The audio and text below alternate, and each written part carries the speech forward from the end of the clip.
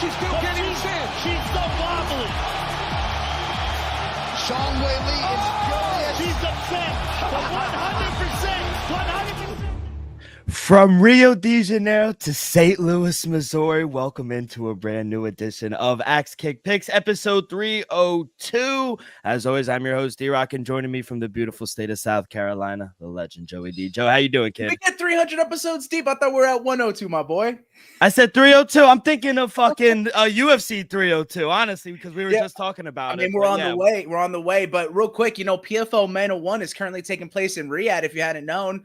And a friend of the show, the Lone Wolf, Mike Trizano, and Tiger Schulman's teammate of his, Jimmy El Terra Rivera, both compete at the Mohegan Sun in Connecticut for BKFC 61 tomorrow night. Everyone, let's tune in for them. Let's fucking go. Good luck to the Lone Wolf. Tiger Schulman's breeding them out there, kid. Yeah, but good luck to them. Joe, we got a great episode for you. We got some news to break down some fights, some interesting training camp information. Then we got picks for UFC St. Louis, KSW 94, and we have Lomachenko versus George Kambosos. Joe, let's start with some news. Brian Kelleher will take on Cody Gibson back at the Apex UFC 94, middle of July 20th. You like this fight for Brian Boom? We like our boy Brian Boom Kelleher. It's kind of a get back fight for both fighters here. Yeah. Correct me if I'm wrong, I think Cody Gibson wound up on the short end of the stick last time. No, he won a short decision win.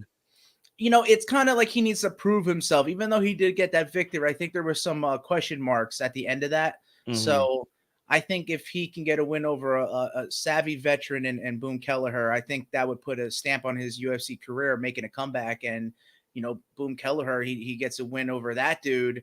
It proves who he is. And, coming off that neck injury, we've seen him compete already prior to that. But there we go. We see him get a win, and he's back in the mix. Yeah, I do like it. What I also like is the UFC putting Peyton Talbot on International Fight Week 303 against Giannis Guillermo. Yeah. Yep. There you go. You like that fight for Peyton? I thought from reading everything on Twitter, people are saying this is a step back. No, I don't see that. I know he lost, I think, Gamori his last fight, but dude, they're strapping a rocket to Peyton Talbot and send him to the moon. You know what I mean? Even if you miss, you land among the stars. You know what I'm saying? So I think the world of Peyton Talbot, I think he's super talented. And even though if you want to consider this a step back, then he very well needs to get a finish. But I think it's a step up in competition. It's a higher level. So I think it's a good fight for him to, make his rise. Joe, I'm telling you, they're listening to the pod, and shout out them for taking the time out and listening to the program. But all we ask is just credit for the next time matchmaking happens, because we do get a quick turnaround for Michel Pereira. He turns the ship around to fight Roman Dolidze, UFC Louisville, June 8th. You're the one who called it, saying it would be a good step up in competition. Yeah. What are we missing here? Only thing I'm saying is, why not keep him on Newark's card 302? I mean, that's kind of a loss. It seems that every card that Newark gets, we lose a fight here and there. We lost the Beneil Dariush Charles Oliveira fight. Yeah. That was a little bit let down, but I wanted to see Roman Dolidze on display, and against Michel Pereira, he's exciting. So I like that fight a lot. We also argued that it could have been Kyle Baralho, but now looking at Michel Pereira being unranked and getting that ranked opponent, what are they going to do with Kyle? They must be putting him against a top 10 opponent next. Yeah, and it's just a 1 week after, and it gives them a little more of a break for Michel. Roman Dolidze's short notice, give him an extra week to prepare. I get it, but yeah, it does suck. UFC, it always seems like Atlantic City, Jersey, the East Coast, we always lose a lot of good fights. But think we'll get another fight, maybe added. I'm hoping. So we still have time. Brick City, baby, Newark, Lafayette Street. Muhammad Mukayev will take on our boy Manel Kape, UFC 304 in Manchester, July 27th. Should be a banger. I just hope Manel Kape can make weight. Yeah, and you asked me, he was like, does Manel make weight? And I said, neither. Nah, don't attack me, Manel. Don't attack me, Muhammad. I like both you guys. You guys are great competitors. Let's be professional. Let's make weight, and let's put a show on for the fans. So you like this fight? Who would you favor? I got my ticket from Mukayev to be flyweight champion by the end of the year. It don't look strong, though. If this match has been made, I do think the winner, though, does get a title shot, but it very well could be next year. So I've heard some rumblings from people in the UK about the arena of the new arena that they're supposed to have in Manchester. They had some comedy shows there. It was set for about 10 to 15,000 people the end of April. They reduced it to 4,000. Some of the levels and some of the stairs weren't completed. Some of the bathrooms weren't set up. Then A Boogie was supposed to perform. Another comedian was supposed to perform over in Manchester. They canceled all of the events. So I don't know how good it is looking. We'll learn the details within the next month or two, but it's very unfortunate what might come of this Manchester card. You know, the UFC, you can't blame the UFC. They wanted to do something special for the fans. They tried to deliver on it, but it just seems like the people in the article that I read, they said that they are behind schedule about 350 days. So it doesn't look. That's a year behind. Yes, so it doesn't look telling.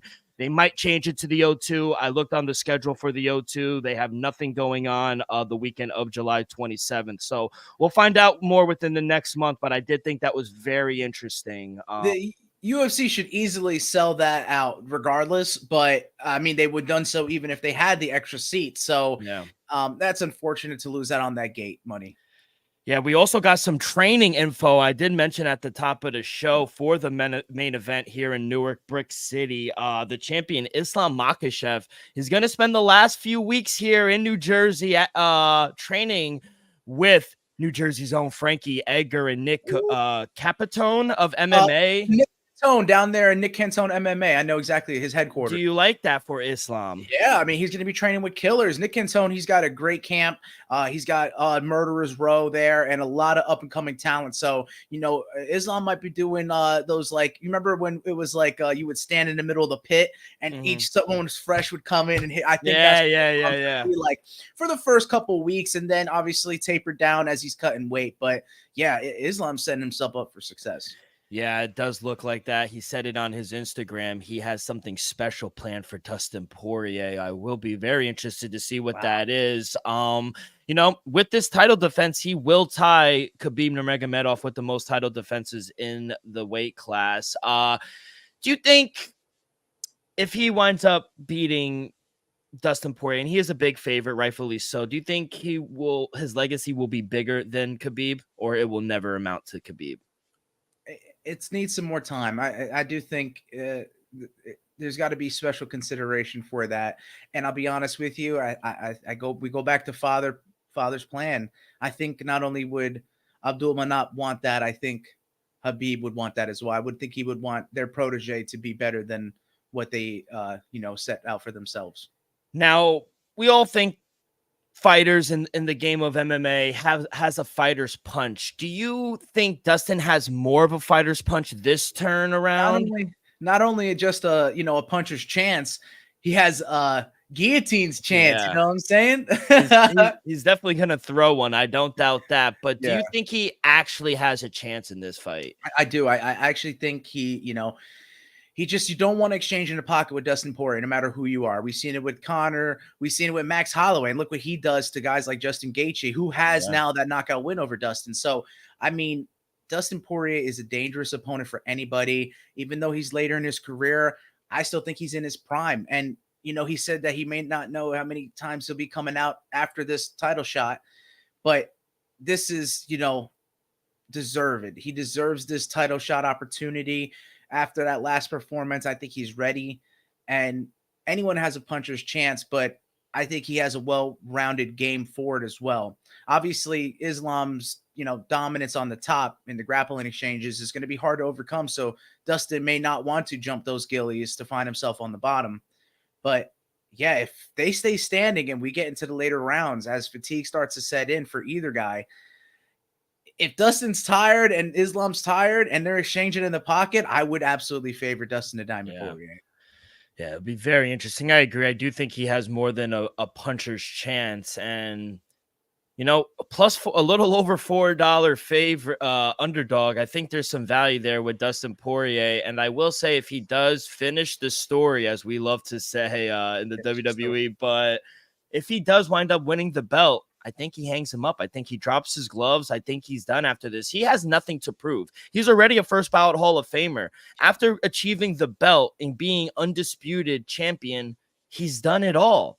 And if he does lose, how can he reclimb this mountain again at his age? I think this is the perfect time for him to go. That was my question, is if he does lose, would you expect the same?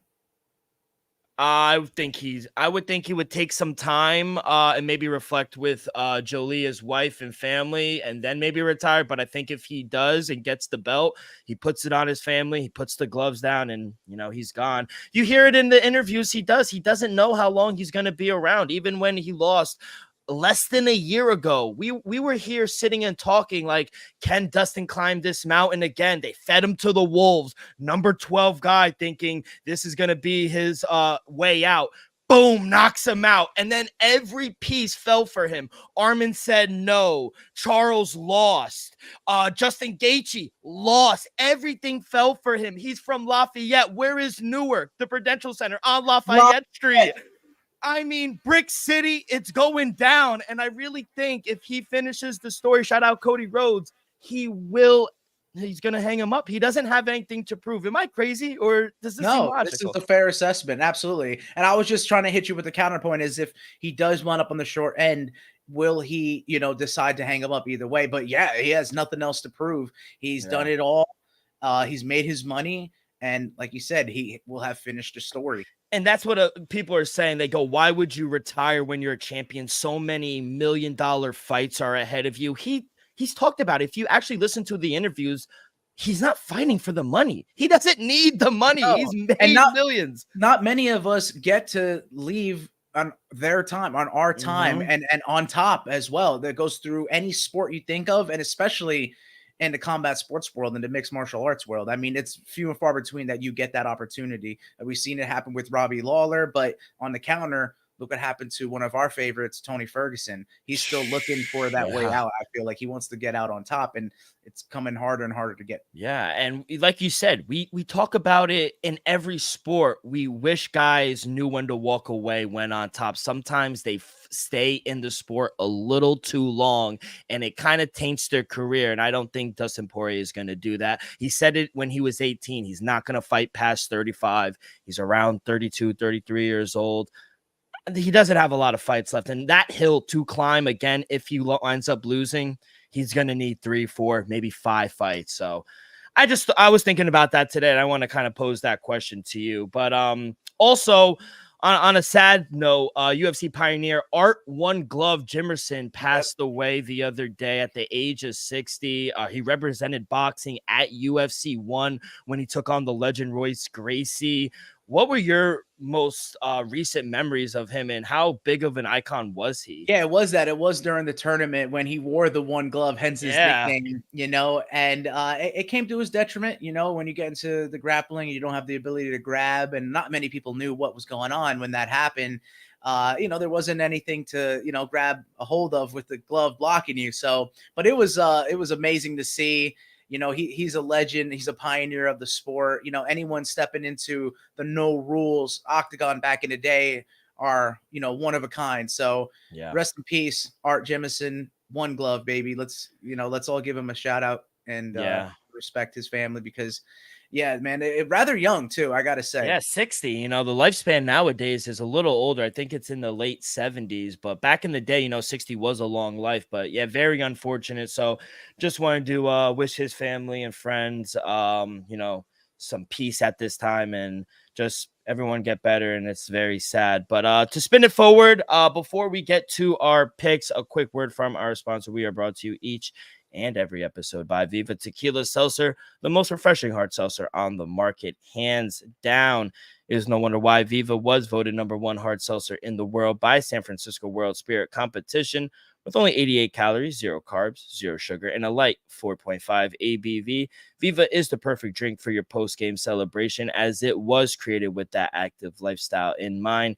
We flavor tequila seltzer because flavor is the spice of life, and we like our drinks with just a kick, just like how we like our lives. Whether it's Huckleberry playing around the golf with the boys, or an elderberry watching UFC St. Louis, it doesn't matter. Our favorites pair perfectly with that Artisanal Blanco tequila for that subtle and refreshing drink. Our belief here at Axe Kick Picks and at Viva is to live long, live well, and live it up. Real quick, Joe, before we get to our picks, one fight on the card was canceled due to medical reasons. Jared Gordon has been removed from his welterweight bout with Kevin Josette. So yeah, that fight is off the book. But yeah, the floor is yours, kids. UFC St. Louis. I'm guessing everyone missed weight. I mean, made weight, but he missed yeah. weight, or he had. He didn't even weigh in. It wow. got that bad. Kevin, yes, but to your point, everyone did make weight. His opponent Kevin did make weight, but Jared didn't even get to the. He didn't make scale. it to the scale. Wow, I was wondering if those tickets that you could cash, would that have even? Oh, word! I forgot about that. Would that have? Now here's the thing: he didn't even make it to the scale. Would that have cashed? That's interesting. I gotta ask someone from the sports book. Yeah, like, we gotta refine on that, because if he made it to the scale and missed weight, that would have hit your ticket of missing weight. But the fact that he didn't make it at all, does that just void out the ticket and no one wins? This is a great point. And I think before the EP, because we record about a few hours after they weigh in. So maybe we should put out on like our little flyers on who might make or miss weight. Yeah, I'd like to do that. Holy shit. Yeah, I forgot about that. Good point. Keep me honest. Keep me honest and just remind me of that. But let's get into UFC St. Louis, man. They make their return. It's only the second time they've been here. I think 2018, it was Jeremy Stephens versus Doo-Ho Choi was the first time they did it. So they start off in the flyweight. The women's flyweights take center stage, and it's JJ Aldrich at plus 124 taking on Veronica Hardy at minus 128. D-Rock, take it away. What do you have in this first matchup? Yeah, my girl Veronica Hardy, she's slowly developing into one of my favorite fighters. I'm going to take her here on the money line, minus 135. I think this is a nice step up in competition for Veronica. There's a lot of tape on JJ Aldrich. I think with her husband, Dan, in her corner training her, she's going to have the striking advantage. She's going to have the better footwork in the clinch as well.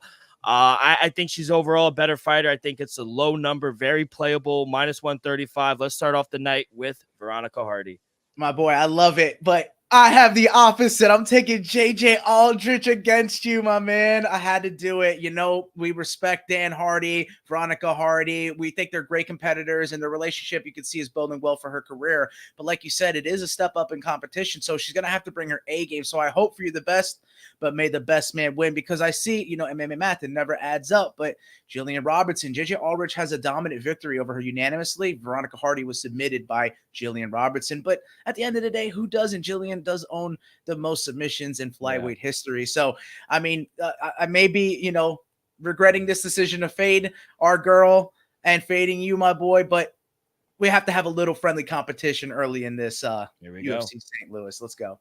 And as you said, that fight has been called off between Jared Night Train Gooden and Kevin Gusset. I would be honest with you, I wasn't looking good for Jared Gooden. I know he hasn't had his, most of luck in the UFC. He's done good in regional promotions, but I think Kevin Gusset is the real deal. I would have had him inside the distance at plus 175. So that ticket is now voided.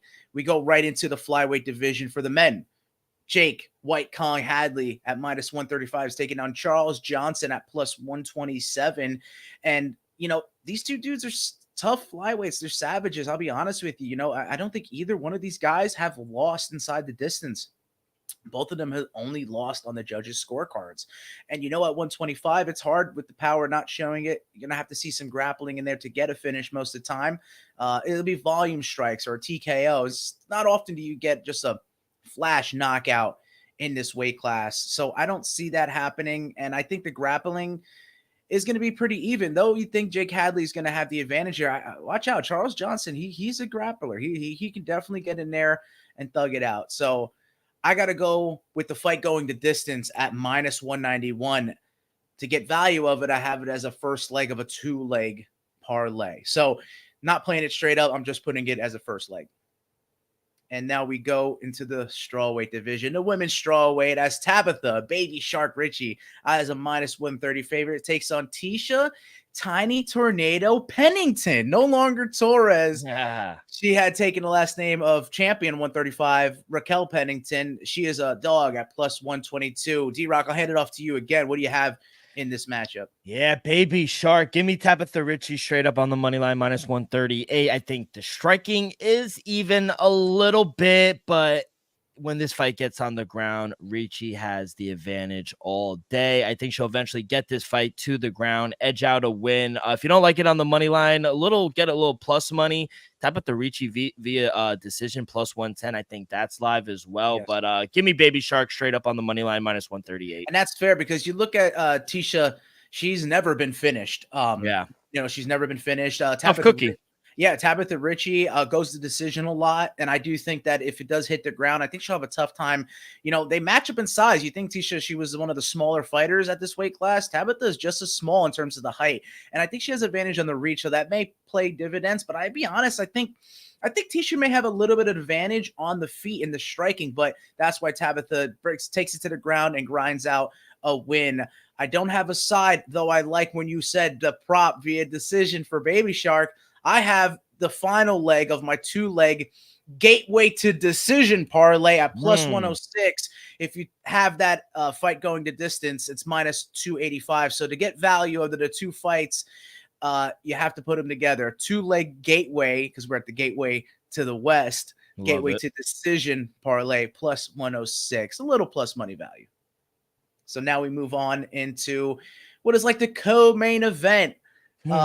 Actually, I think I'm missing a fight here. Yeah, I was just going to say you missed Billy Goff and Trey Waters. There we go. Because it's actually interesting. You see it on Tapology. You see it, shout out Tapology. You see it on SureDog. They're a little down, but then the UFC has it that way. So, yeah, welterweight division. Trey Waters at minus 152 is taking on Billy Goff as a dog at plus 144. And straight up, I'm taking Trey Waters. I think the 6'5" height and reach advantage is going to play a factor in here. And minus 150, minus 155 is playable still. I think he's swelled up to almost a minus 175, minus 180 favorite. So I got it early. I got it good. Don't get me wrong. Billy Goff, he's a tough dude. He's a tough out. But I think that height and reach advantage is going to, be significant in this one.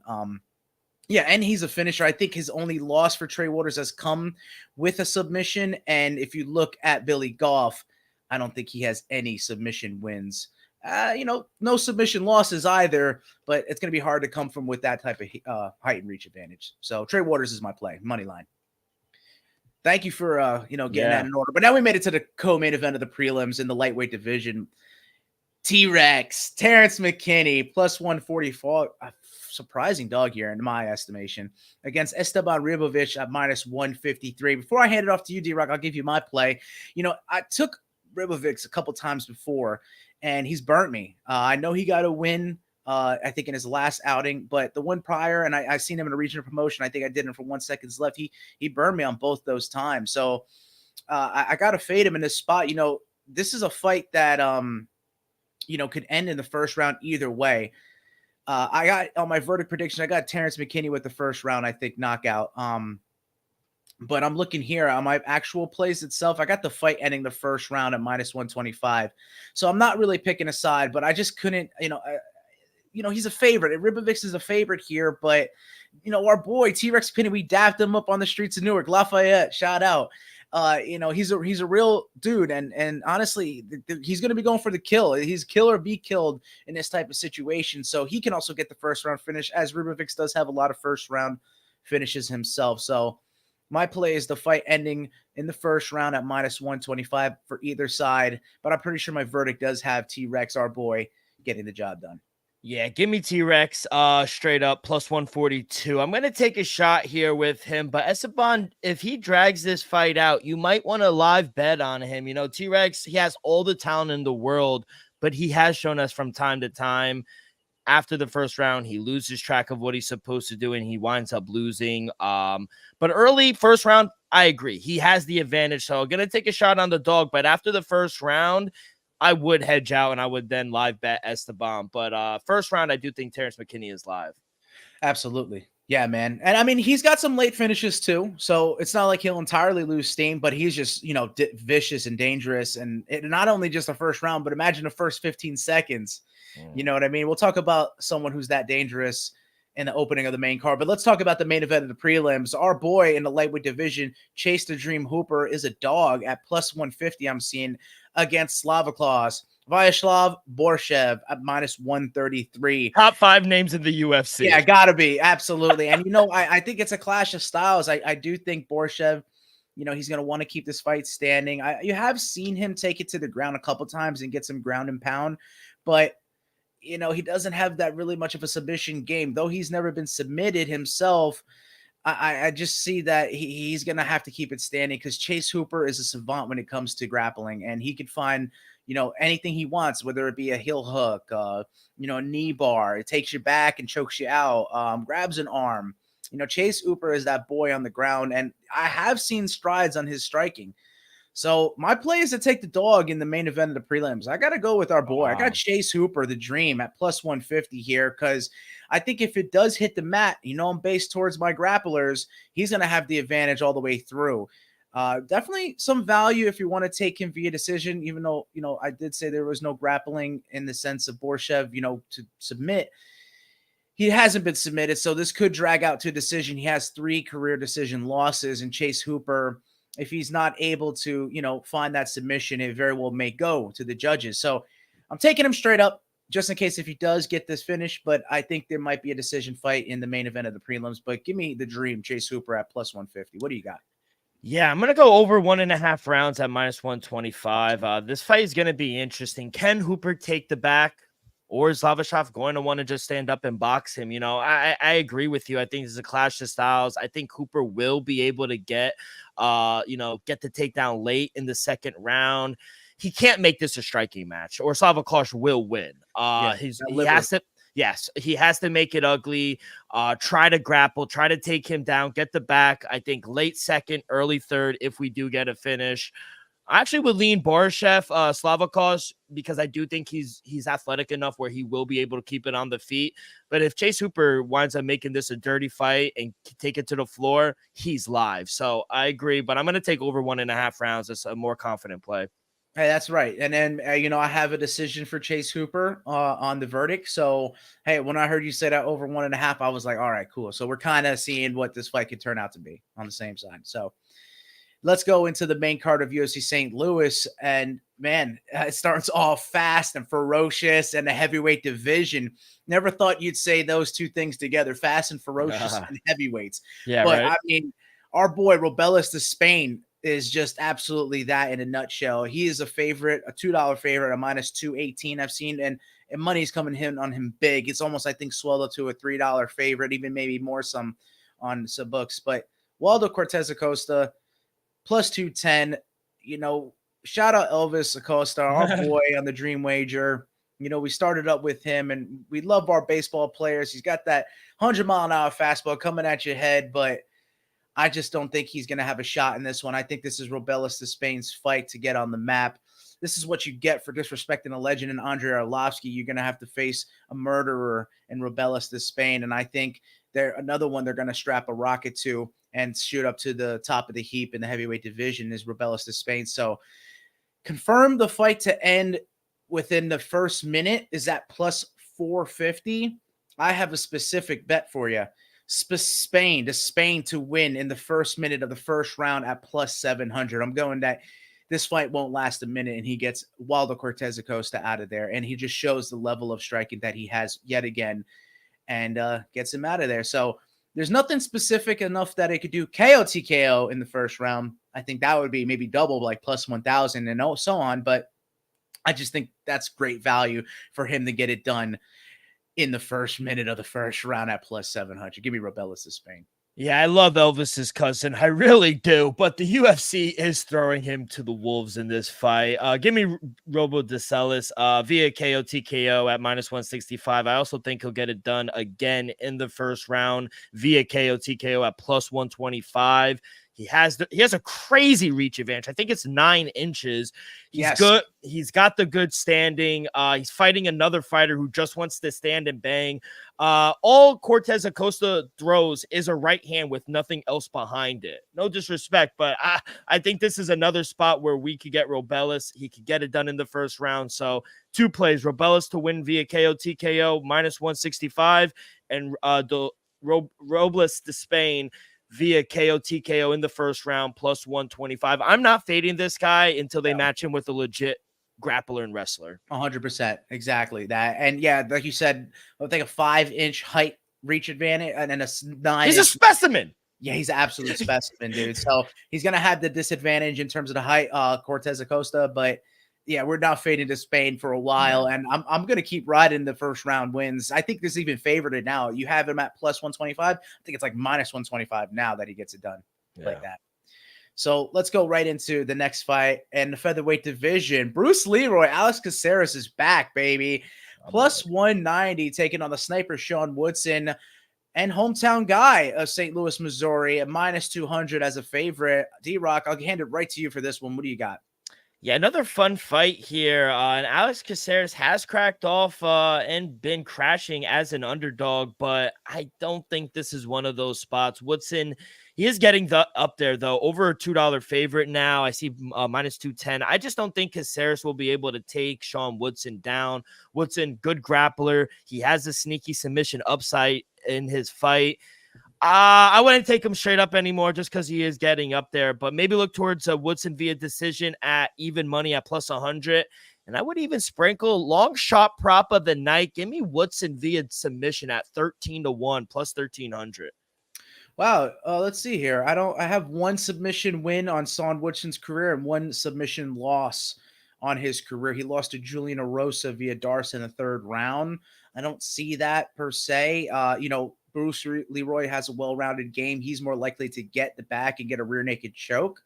Let's look at his last three fights, Sean Woodson. Luis Saldana, draw, UFC 278. A barely dominant win against Dennis Bazooka before he found his footing in the UFC. I think that was Bazooka's debut, and he also had a significant reach advantage and that one. And then Charles Air Jourdain, a split decision robbery. If you remember that, everyone thought Charles Jourdain, even himself, thought he won, but it was awarded to Sean Woodson. I'm going to fade Sean Woodson in his own backyard. I got to go with Bruce Leroy. As you said, his underdog tickets have been cashing, and he's such a veteran of the UFC. I really think that his, disadvantage would be what you said is submission. I just don't see it on the flip side with Sean Woodson. I think this is a fight that's going to stay standing, and I got to go with the value pick here. And I like Bruce Leroy. He's been in the UFC since, let's go back to 2010 now, man. This dude's been in this game for 14 years at the highest level. I think he may introduce that to Sean Woodson, like I said, and disappoint the crowd a little bit, but I think we'll all be cheering if this cashes at plus 190. Give me Bruce Leroy. And now we go into the lightweight division. Carlos Diego Ferreira as a plus 385 dog, and I think even more so now, taking on Mateusz Rebecki at minus 435. And I think the line's right, my boy. I love Mateusz Rebecki, everything about him. As few and far between you see leg kick finishes, especially in this weight class, but he's gotten it done, and then he showcases his submission capability and prowess. Just overall killer. Only one loss in his career. Carlos Diego Ferreira, he got that knockout win against Michael Johnson. And, he's a little older, and you think he's kind of going to have a resurgence, but I not too fast. Rebecki, I'm all over Rebesti here. I got to take him inside the distance. I think he's going to finish him, whether it's on the feet or on the ground. If he submits a black belt in jiu-jitsu, if Ferreira, that's a feather in his cap, a notch in his belt. But if he knocks him out too, it just shows the level of striking that he possesses. So I'm going to play it safe and take him inside the distance at minus 135. But I would favor the latter. I would favor that Rebecki does catch him on the feet more so than he submits a Brazilian Jiu-Jitsu black belt.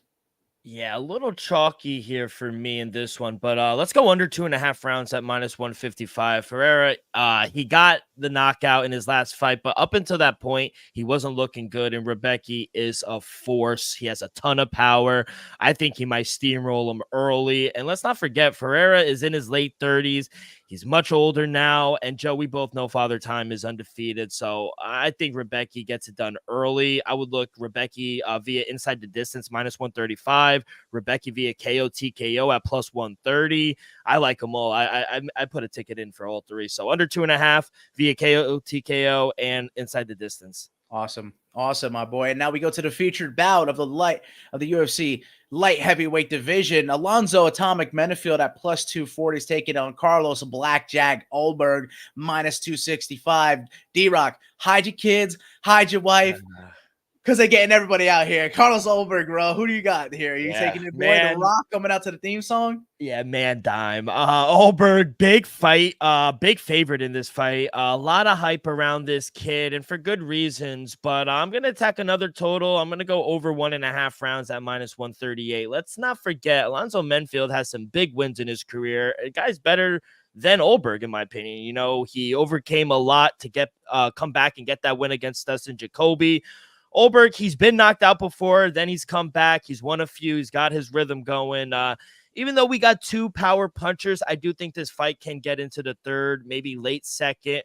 Both guys going to come out, respect each other's power, and I think they'll be going to be afraid to make a mistake early on. So if a knockout does come, I hope it's going to be later in the fight, over 1.5 rounds, -138. And to be honest, Show, I wouldn't be surprised if someone threw a flyer on Menfield. I do think he's live. Yeah, I would say that Atomic Benefield is live, especially with that power, but I do think that Ulberg's going to have the technical advantage. I'll be honest, with the kickboxing background, I think for Benefield to have a shot, to look dominant, he's going to have to wrestle.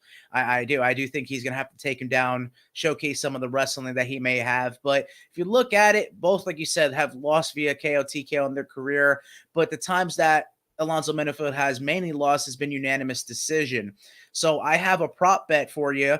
I think Ulberg has the gas tank, and I think he's going to have the technical advantage in this one. I think you're right. They're going to both respect each other's power in the first round. In the second round, maybe we see Ulberg separate a little bit with the striking. And if Alonzo can't close the distance and take him down, I think Carlos will edge him out in the third. So maybe a split decision, maybe a unanimous one, but I'm going with Carlos Ulberg via decision at +350. Some tremendous value on him there. He could go to distance. I think everyone's seeing that both these guys can knock each other out. I don't think submissions in the cards, even though Carlos Ulberg shocked a lot of us his last time out against Dao Jung.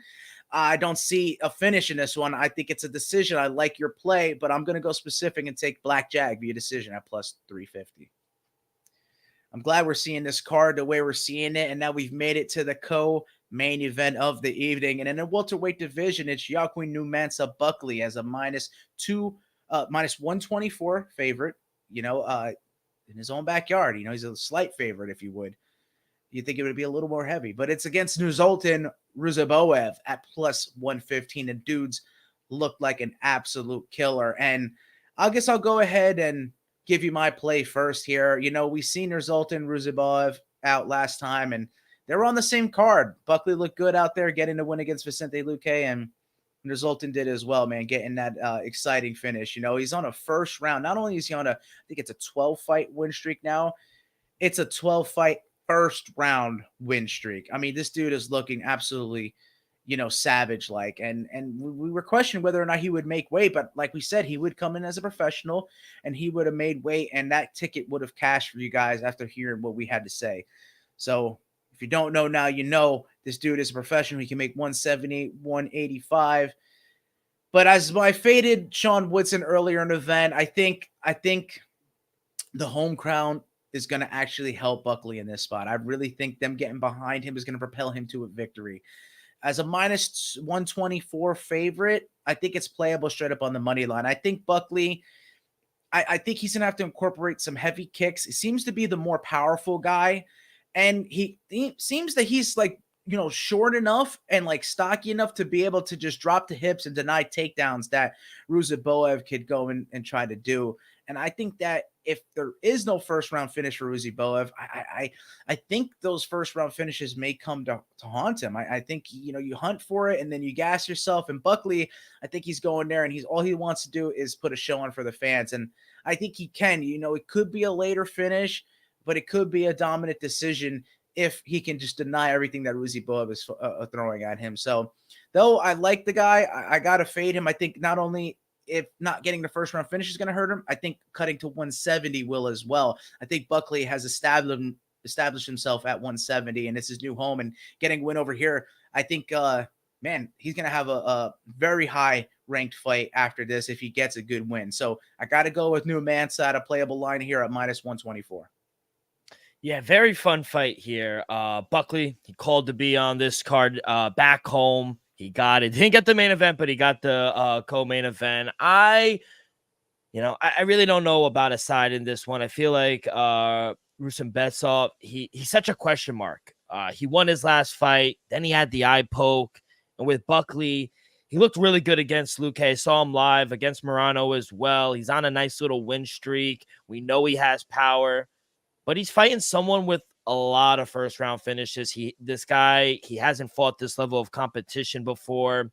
I like Buckley as a fighter. I think he's solid. He just needs to withstand this first round. If he does, he makes this fight ugly, drags it out.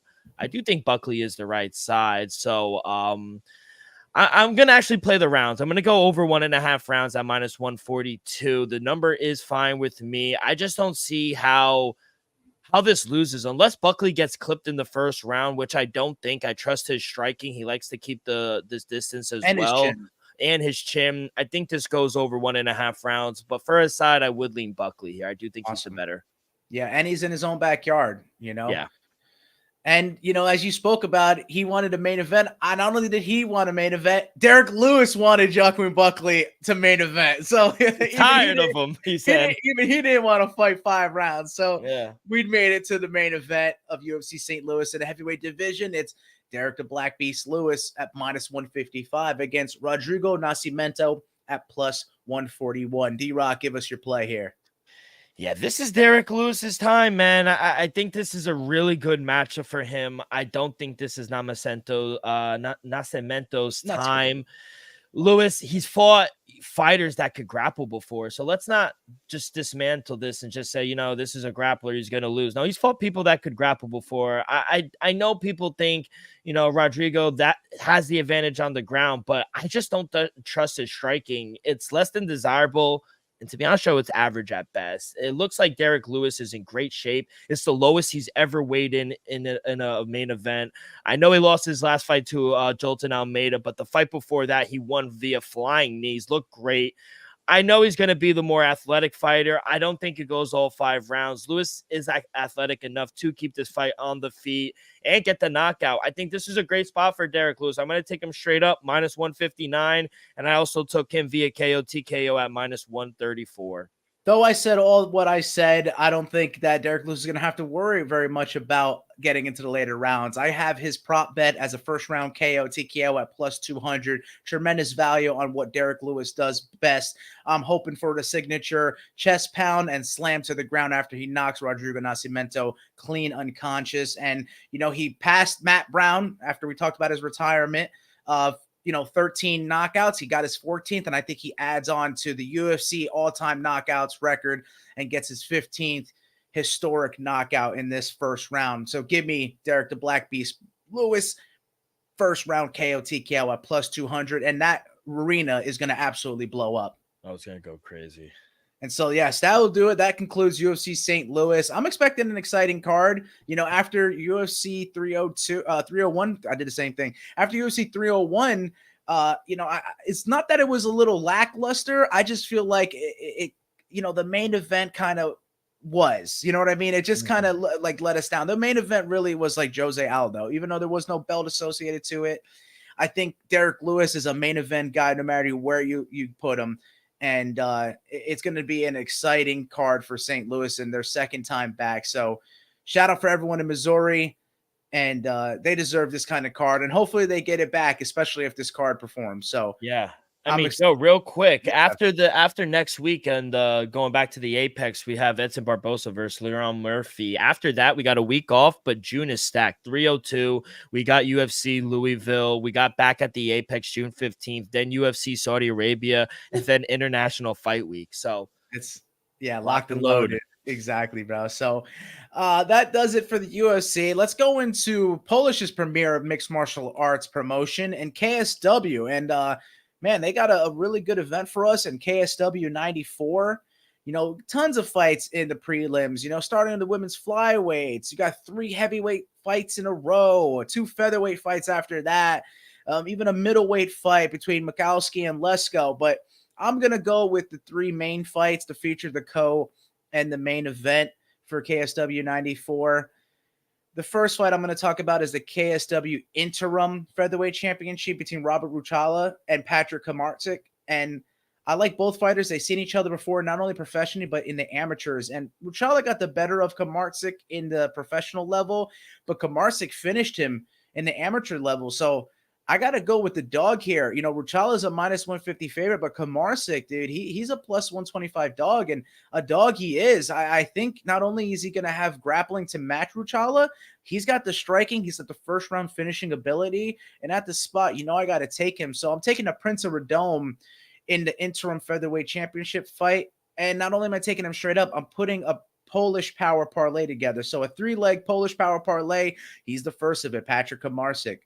Then in the co-main event slot, it's a heavyweight fight, man. Arkadiusz Rozek, minus 350. Hightower, this dude is 6'7", glory kickboxer, world champion. Beat Badr Hari, beat the who's who of kickboxing history, is going against an ex-boxer, Artur Szpilka, at plus 300. And Szpilka, we saw him last time. He beat Mariusz Pudzianowski, you know, the world's strongest man. And I saw that fight and I got it right. I said, you know, I got to go with the boxer. Even though I love Mariusz Pudzianowski, you know, he has done good in his mixed martial arts career, but boxer against world's strongest man, I got to go with a boxer. But boxer against kickboxer, I got to go with the 6'7" height and reach advantage that Rozek Hightower is going to have. So I got to go with the minus 350 here, straight up on the money line. But like I said, I'm incorporating him onto the parlay. And that's the second leg as we make our way to the main event, which is for the KSW Welterweight Championship. And it's a last-second replacement with Igor Mikhailsin at plus 375. You know, he wasn't originally supposed to fight Adrian Bartosinski at minus 450. I mean, we've seen him last time out against Saladin Parnasse, and he absolutely dominated Parnasse. Not only did he drop him with a flying knee, he just put his nose down like a bull. And you mess with the bull, you get the harms. And Bartos is the real deal. I think he's a great champion for KSW, a great champion for Poland. And I think he's going to get the job done here. He had a camp all the way through. I think he's going to have the advantage over the last-minute replacement. So I got to go with the minus 450. You got to lay a little more chalk here if you're taking it straight up. But that's why all these guys incorporated on a 3-leg Polish power parlay will give you odds of plus 254. And that's KSW 94. Let's fucking go. We backed the Polish fighter in UFC, and now we got the Polish power parlay. I love it. The triple P. Polish power parlay. The triple P, baby. Let's fucking go. Good luck, Joe. It's going to be really fun. Let's go over to boxing. Lomachenko versus Kambosos going down tomorrow, down under in Perth, Australia at the RAC Arena where the UFC has their events. Let me set the stage for you guys real quick. Both champions, former Kambosos Jr. and Lomachenko meet for the vacant IBF lightweight title. It's a 12-round fight. The belt was left vacant by Devin Haney. He moved up in weight class, and he also has he's fought both of these fighters. Hanley, he swept both fights of Kambosos, lopsided decision victories, and it was a controversial one over Lomachenko in last year's fight. But the winner will become champion again and claim the vacant IBF lightweight title. So my play, I'm going to go Lomachenko win via decision at minus 165. A little chalky, but definitely better than taking him straight up. He's a minus 645 favorite. I see over a $7 favorite at some places. So Lomachenko, you know, he is the biggest lightweight. He is one of the bigger lightweights, and he often comes in with size as an advantage compared to most of his opponents. So, you know, we've seen Lomachenko start slower than normal with Lopez, with David Haney. And, you know, seeing him practically idle for the last 5 or 6 rounds in his near miss against Jermaine Ortiz back in 2022. Even though he coughed up some of those earlier rounds, I feel like he'd fully warm up later in the fight as it goes on later in the end. And Kambosos, he's going right there to strike, counter, and reset for the entire fight, practically because he doesn't possess the power, in my opinion, or the ring ship to prevent Lomachenko from finding his range, using his footwork. So, you know, this won't mirror the Devin Haney fight at all. Lomachenko, he's going to have it be an easy target for him. And even if it does cost him earlier rounds, which I do think he'll take off, which he usually does, I feel like his fight IQ, his punch selection, I think he's going to have George Kambosos swinging at air, looking outclassed. So I'm going to go Lomachenko. I think he gets it going late and finishes out strong. And new IBF lightweight champion Lomachenko via decision at -162. Are you going to watch this fight? Yeah, I'll definitely try to tune in. I'd like to play if there's more value in Lomachenko. He's always live, man. And, they both lost to Devin Haney, and Kambosos lost twice to him. But I'm seeing that, he's got a controversial victory, Kambosos, over Teofimo Lopez, that Teofimo Lopez beat Lomachenko controversially. So, I how boxing judges may be, but I think you got the right side here. I honestly would like to see Lomachenko more, and I think it'd make boxing more interesting if he does become champion again, because then you can see maybe him get the rematch with Devin Haney. What do you think they do with Devin Haney? Do you think because I think the biggest fight is the rematch after this all settles with the PEDs with Ryan Garcia, which we did actually have a positive thing come out last week. He was negative, not positive. Yes, negative. What do you think they do, Devin Haney? Because they said he doesn't want to fight and have the rematch, but I think that is the fight to make. The rematch with Ryan Garcia. Yes. Well, I think I don't know. He might be ducking him. I do. I think Devin Haney might be ducking. You said it right there. He doesn't want to rematch Ryan Garcia, and I think Ryan Garcia is fine with anything that comes his way. Be real with you. Mm-hmm. So, be honest, I don't know if Kambosos, after losing twice to Devin Haney, could get that fight. But that's why I said if Lomachenko does win and your prediction and pick does come to fruition, I think we could see Lomachenko versus Devin Haney again. Yeah. So I think that could be a fight that he would want to take, and it would be for the IBF championship where he can then double up on his belt. So I think there's some incentive for him, and it would only think that makes sense now that he's got a loss on his permanent record. Joe, we have a new top pound for pound rankings according to Ringside Magazine. Are you familiar with them? That's not The Ring. No, it just says boxing. It's just Ringside. Ring Magazine. It is Ring Magazine. Yeah, Ring Magazine. Yeah, okay. Yeah, absolutely. Go ahead. I think the top three, no matter how you put them, I think virtually everyone's going to have the three. In a way, they put one, Terrence Crawford 2, and Usyk at 3. I think we could all agree, right? Those are the three best. Yeah, Usyk, he does have all the belts. Even though Fury does have the one, every other one Usyk does own. So yeah, I think that fight that we're gonna get, the Ring of Fire, I think next week. It's gonna say a lot. It definitely is. So after that, Fury wins real quick though. Yeah, jump right into the top 3. Well, I'll say this: he's not in the top 10, but yeah, he definitely. Yes. If he beats Usyk, he's definitely. I don't know if he's 3, but he definitely enters the top 10. Definitely top 5. Number 4, Canelo Alvarez. Number 5, Artur Beterbiev. 6, Dimitri Bivol. 7, Earl Spence. 8, Gervonta Davis. 9, Jesse Bam Rodriguez. And 10, Junto Nakatana. Yep. I like it? I only don't like Errol Spence. Why? I don't think he looked good in his last outing at all. I'll be honest. I think he looked outclassed. I know it was against Terrence Bud Crawford, and he does that to people, but I don't like seeing that kind of loss and keep him on the pound for pound. You got so many other fighters that you can go with, and we talked about it in the past. Yeah. I think Errol Spence needs to get dropped out of the top 10 there. That's my only conflict that I see, but I'll be honest with you, this is a more accurate rating that I agree with. The last one I read was Yeah, I'm definitely I don't know, that must have been some bias, but if we see a lackluster fight though for the Ring of Fire, I think you may drop the heavyweights altogether. So it's interesting. That's why I asked if you see Fury getting a victory, do you put him in a top 3?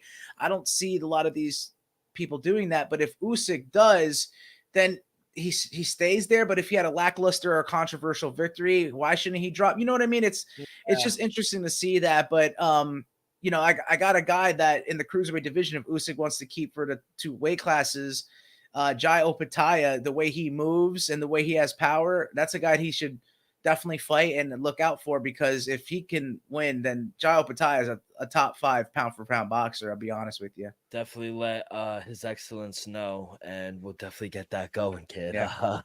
But yeah, definitely a more accurate list, I would say, because it came across my timeline and I was like, yes, I think Joey would like this. I agree. Earl Spence, he's top class, but he did get outclassed by Terrence Crawford. And like you said, Terrence Crawford does that to people. Who would you put? Would you put Fury there? Like, who would you put regardless of Earl Spence Jr. if you take him out? You know what? I think it would actually do because you look at Bivol and Beterbiev, they're top 10 pound for pound, and they got their fight. So I think it would actually do better for their fight if you had Fury in the top 10. You could put him 10. You know what I mean? How he looked against Ngannou knocked him down a peg because he was up there before with his previous performances. But yeah, I think that would have done better for the fight. And maybe, it's obviously going to be a big draw, but it would have just had more tension towards it. And, just shout out once again, we have our number 1, but shout out Bud Crawford, bro. I'm looking here how many weeks on the list he's been, and he's been 470 weeks. Top class. Pound for pound list, man. That is something else. That's more than even Canelo, and I thought he would have been more.